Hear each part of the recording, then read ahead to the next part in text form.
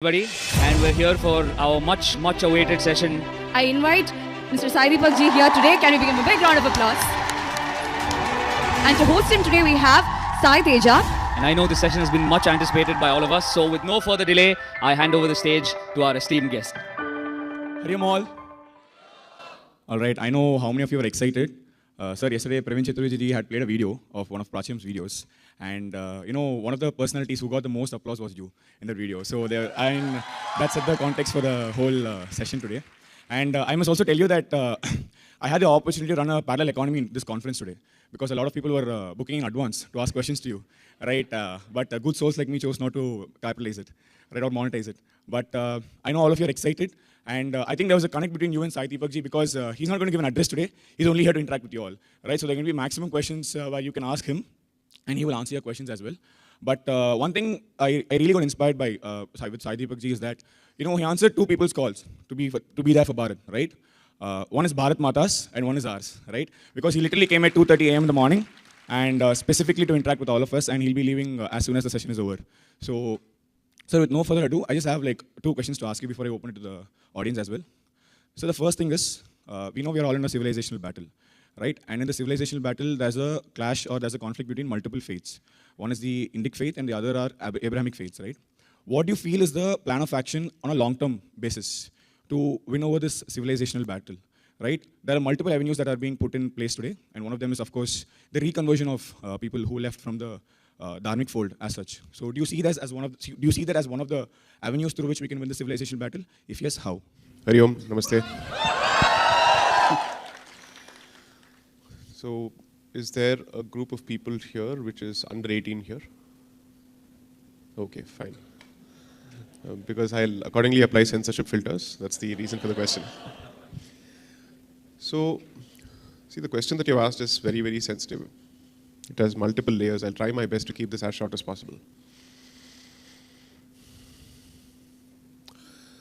Reconversion has its own set of problems. Just as people are capable of converting for reasons other than spirituality, they're also capable of reconverting for reasons other than spirituality. And Hindu philosophy believes in the concept of sanskara. And sanskaras are transmitted over generations. And in the case of these people, they've been lost for generations. So when you bring them back to the fold, I don't know how many of them will do so due to a true change of conscience or heart.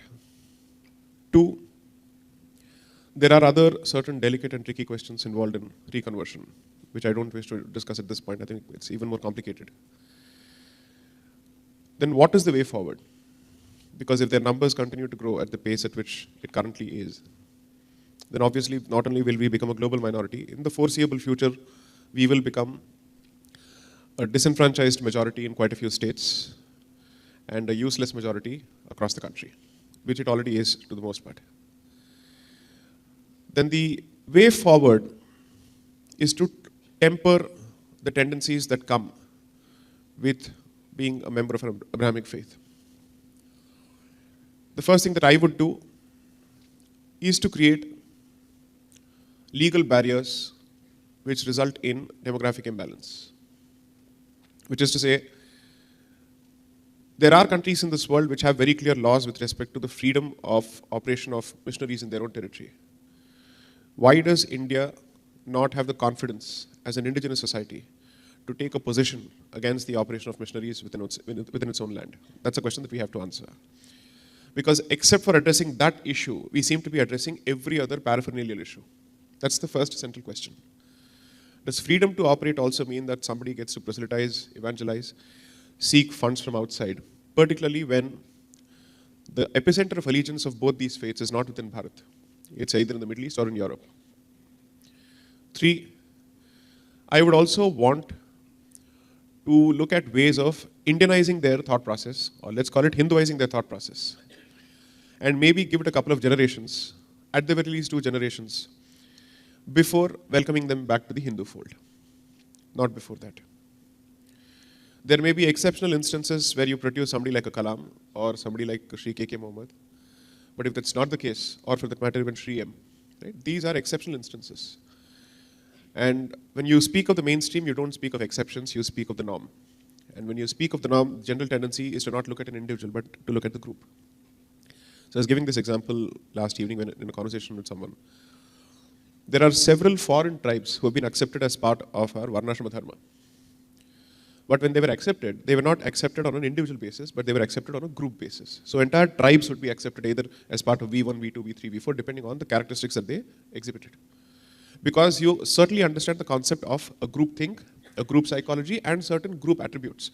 That's not to stereotype people, but to accept that when you come from a common background, then regardless of your individual expressions, there are bound to be certain common attributes that you display across the board.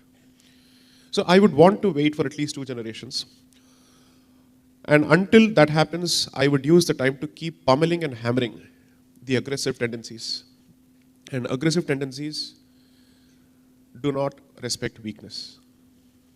They do not respect decent dialogue. That is not going to happen. Maybe there are a few sections within that particular group who may be amenable to this kind of an approach, but by and large they won't. You want examples? Okay, take a look at history. I don't think the aggressive tendency of the Second World War Germany or Japan could have been handled through dialogue. Germany had that aggressive anger which spanned at least 4 decades, which caused 2 world wars. And until it was humiliated and pummeled into submission, it was not going to give it up. Similarly, most people argue that where was the need to nuke Japan? Fine, there may have been no necessity to nuke Japan, but the fact is when all other Axis parties had surrendered, this party continued to fight. There were instances where close to 20 or 30 years after the end of the Second World War, Japanese troops who were in hiding in several islands would come out. And they had not surrendered yet because they had not received communication from the emperor that they were supposed to surrender. This has happened. We have seen people come out in the 60s, 70s, until late 70s, who kept wearing the very same uniform and they waited in their barracks and other places because either information had not reached or they had chosen not to surrender. When you're dealing with this kind of an aggressive martial mentality, which is not circumscribed by the honor codes of Dharma, the response cannot be just mental or intellectual. And which is why when people try and tell me that economy, computers, education, I'm asking them, do you even read history? Do you understand what has happened in the past? Everybody has tried all these tricks in the book. It hasn't worked. I'm sure nobody in early 1900s would have ever anticipated the partition of Bharat in 1947. They would have actually laughed it off as a joke, saying it's a lunatic fringe that believes that they were heading towards partition. No Sindhi Hindu would have thought of it. Punjab, undivided Punjab was actually Muslim majority. Even they wouldn't have thought of it. But it happened nevertheless. And partition was a consolation prize for them, according to them. And if the global, let's say, network had stepped into the picture to help them, they may have actually gotten away with a larger prize. Because the prize is always Bharat. The prize has always been Bharat. So, since it's a largely mature adult audience, I would say, certainly put faith in the concept of dialogue. But the mature mind realizes the limitations of dialogue as well and starts preparing for plan B. That's it. Hello. Hello. So I usually go through a warm-up phase. I slept at 5 o'clock, so give me a few minutes before the fireworks start. We'll start. And I just wanted to bring in an observation, sir. Yesterday, Swami Vijnananji addressed the audience here. The youngster had asked Swami Vijnananji that while they can enter or add working or serving under the Catholic Church in their resumes, adding that they worked or served the society under RSS or many other dharmic organizations leads to sort of discrimination or whatever, right? And Swami Vijnananji told, we're not here for perception, we're here to defend. So I think that's similar to what you're talking about. More than intellectually, it's also about getting on ground. And I just have one more question before I open to the audience, and it's a 2-part question. Before you go to the next question, I'll just answer an extension of this, and this is a very crucial follow-up. You see, Hindu philosophy, or let's say Hindu family of faith systems, has been created around a central core. And whether anybody likes it or not, the central core will remain the Vedic religion under any circumstances. When the Vedic religion remains strong, then looking at that strength, other panths or sampradayas start gravitating around that core, and they have an incentive to stay with the core. But when the Vedic system or the adherents of the Vedic system lose confidence, or they lose the will to assert themselves, not impose themselves, but assert themselves, then the dilution starts at the epicenter and it spreads to all those people who are at the peripheries. You want the best example? A strong core Vedic system would have never allowed the formation of the Khalistani mentality at all. Now you look at the ripple effect and the second order effect of the Khalistani mentality. Now, because the adherents of that particular mentality believe Hinduism is a religion of cowards, I don't wish to be with cowards, so they have gravitated away from you. This will then start with even those sampradayas which see themselves as dharmic sampradayas. Khalistanis, of course, don't. Because if you believe that strength and power have no role to play even in the realm of religion, then that is rank stupidity in head display. Whether it is religion or the secular world, strength makes a huge difference, because strength translates to conviction. And conviction effectively means that you're willing to walk the talk.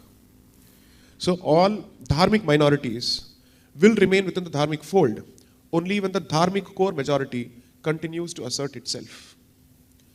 And the single biggest problem is the dilution of the core, especially after 1857. That's my reading based on discussions with people. That's my reading based on the reading of the material.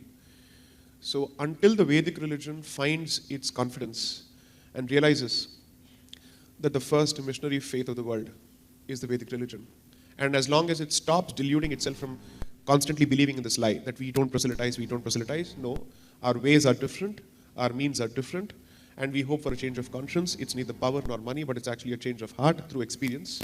Until you actually believe in that reality, you will continue to fight this boxing match with both your hands tied.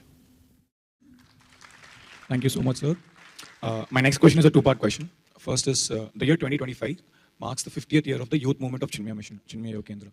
And a lot of youngsters are here who are part of Chinmaya Yoga Kendra. So what would be your message to the youngsters over here? And the second part of the question is, Swami Chinmayananda was a great visionary for all of us. What aspect of his inspired you? So, I think in one of my lectures at Hansraj College, I had made this point, that the binary between the mental and the physical needs to be broken. And the need of the hour is what I've said before, is the SIP principle. I would expect young Hindus to be spiritually fit, intellectually fit, and physically fit. You don't have the option of leaving any of these. And I say this as someone who's benefited from all three aspects. It makes a huge, huge impact. I think in 2019, at a temple, at a Durga temple in Sunnyvale, I'd actually made this point. There was a time when Jews were thought of as an exclusively scholarly community or a mercantile community with absolutely no martial aspect to them. Sanatanis are going through a phase where they are also seen in the same mold. And that's terrible.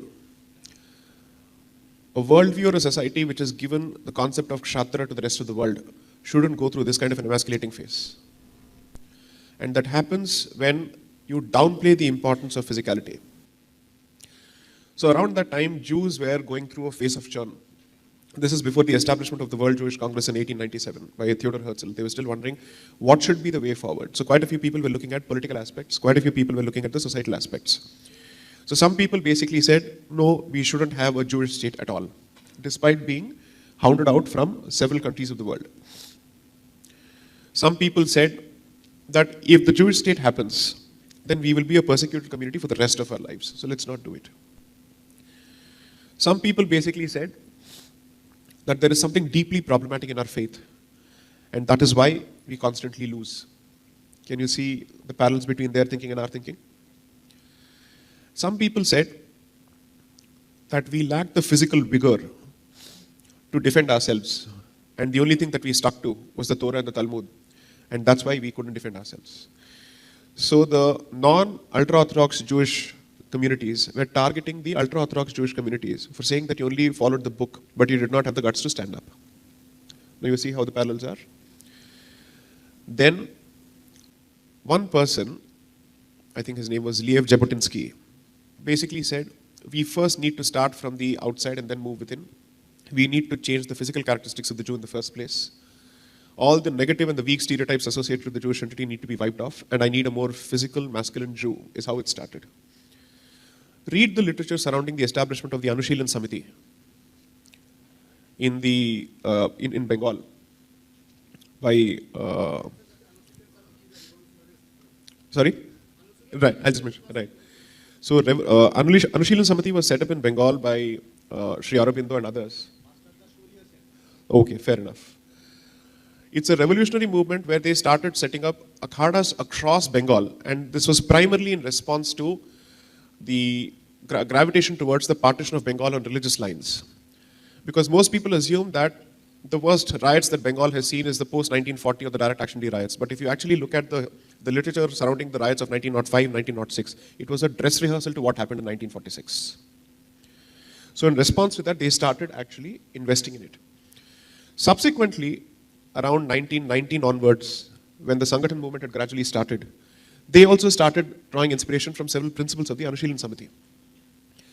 So I believe that the way forward for Hindu youth is you have to deal with negative stereotypes of Hinduism in your office spaces, in your college spaces, in your school spaces, wherever it is. For that, you need to be able to find for yourself a spiritual grounding, because these battles cannot be fought with pure knowledge. Knowledge is only ammunition that helps you meet a particular argument.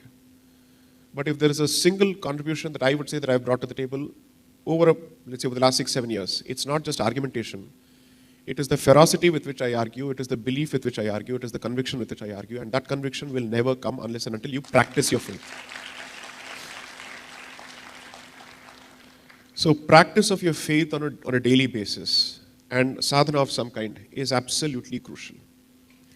It is not meant for the people with the salt and pepper hair, it's meant for people across the age groups, and I think it's very crucial that you do it as early as possible. Particularly at a time when you're vulnerable to distractions from several directions, it's important that you find that spiritual core. 2, and I'll connect this answer to the second part of the question. Second is intellectually fit. Your ignorance of your faith is used against you because the first bomb that is thrown at you is the caste bomb, and you don't have any answer to that particular bomb. You have no idea how to deal with it. You have no idea how to deal with it because they will start with CSP, caste, sati, patriarchy, period, and you're done. Caste, sati, and patriarchy. Sati and patriarchy, and after that you have zero answers. The moment this trifecta is thrown at you, you have no idea as to how to deal with it. Because neither have your parents taught you as to what is the reality, nor do history textbooks necessarily aid this process. The physical aspect is important because I have seen this personally, that when the opposite side knows that it's losing an argument, it starts showing its true colors, which is physical in nature. If someone believes that I've always had only verbal arguments, please don't be under that impression. Because campuses are not easy places to survive with this kind of an opinion. There have been instances, especially in the great state of Tamil Nadu, where people would come and wipe off the vibhuti and go while you're walking on campuses. All sorts of slurs will be hurled against you. So I have been through everything that you're either going through or will be going through. And therefore, my ability to connect with your experience, that's where it comes from.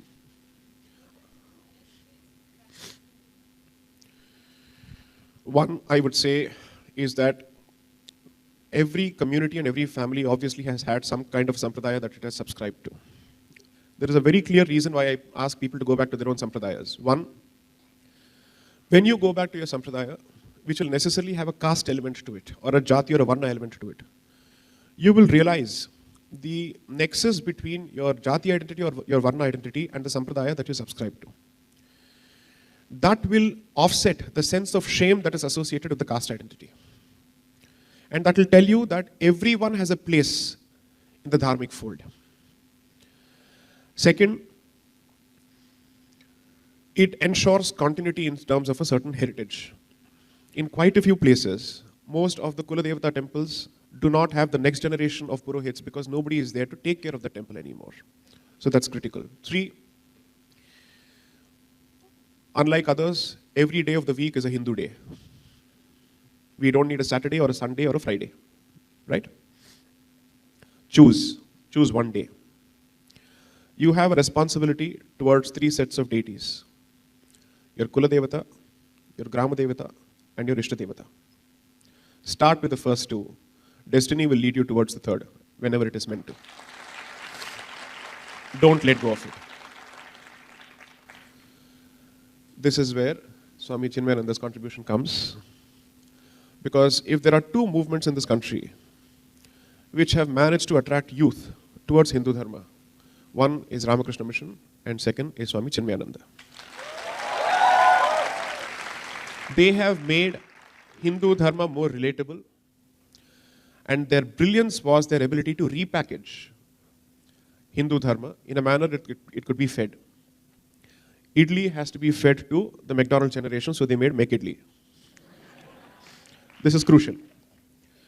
The core remains the same. It is the presentation that has changed so that that message is relevant to the circumstances that you live in. And take it from me, and I say this with no sense of arrogance at all.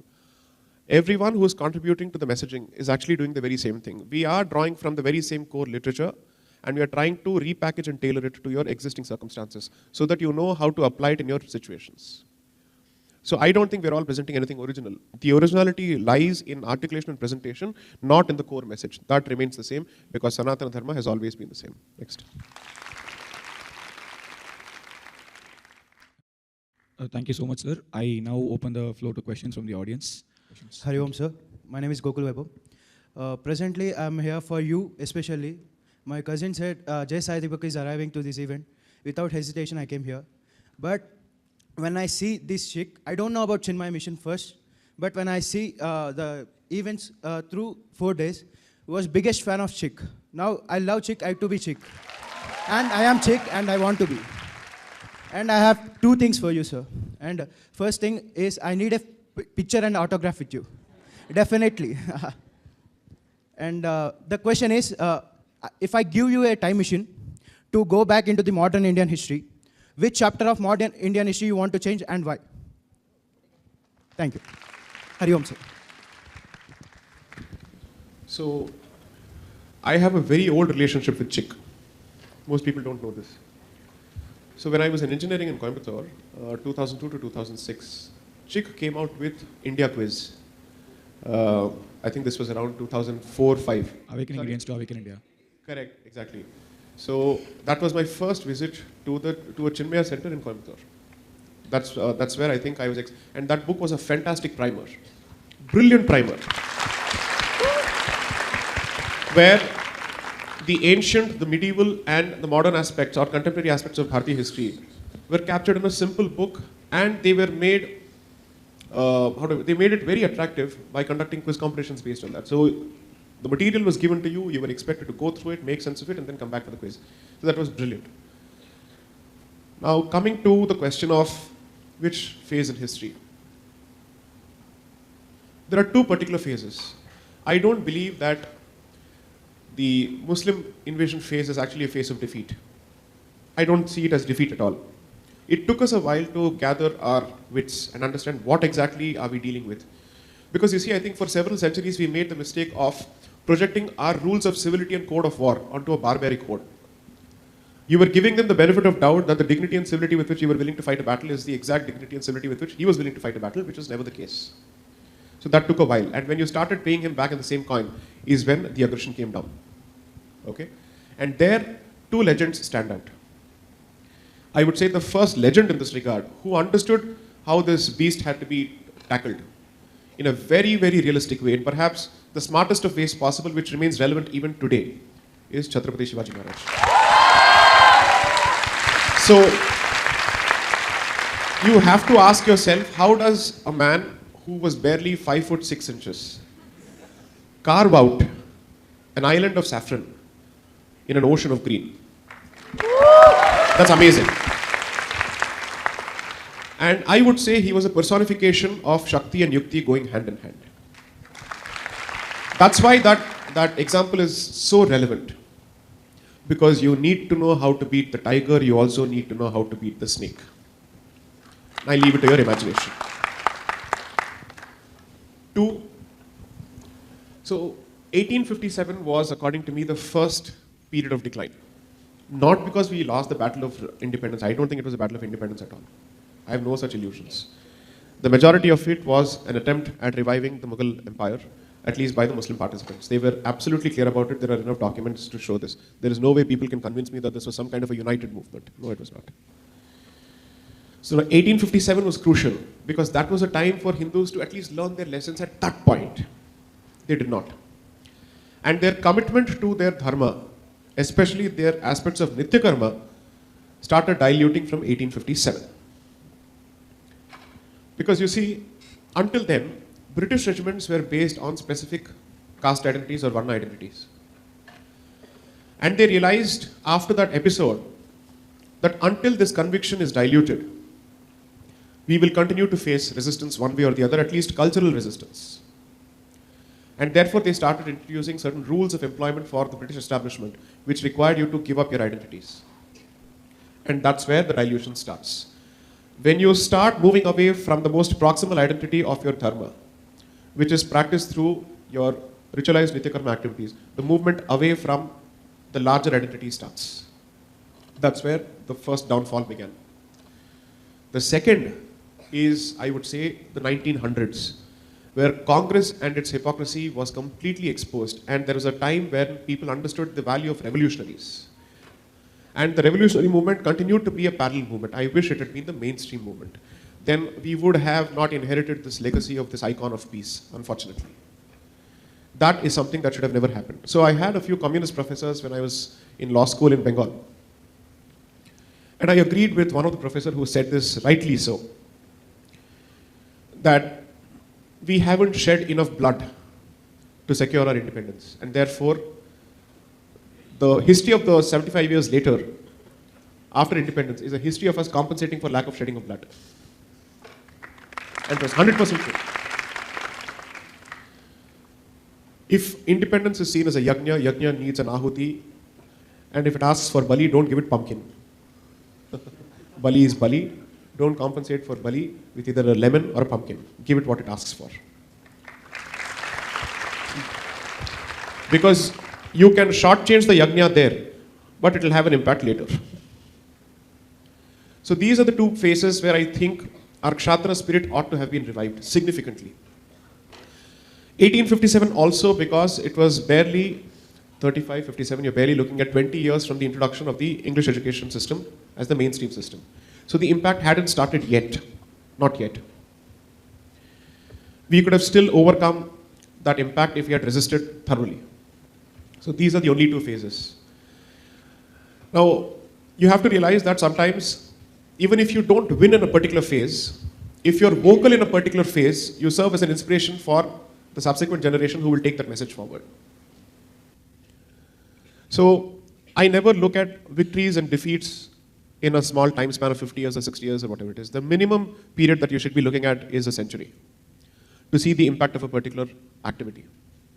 So I would look at 1857 and perhaps 1914 or 1919, just before the Khilafat movement started, as the two milestones where Hindu mentality could have been changed. And where you could have stopped yourself from watering this green cactus called the Khilafat movement.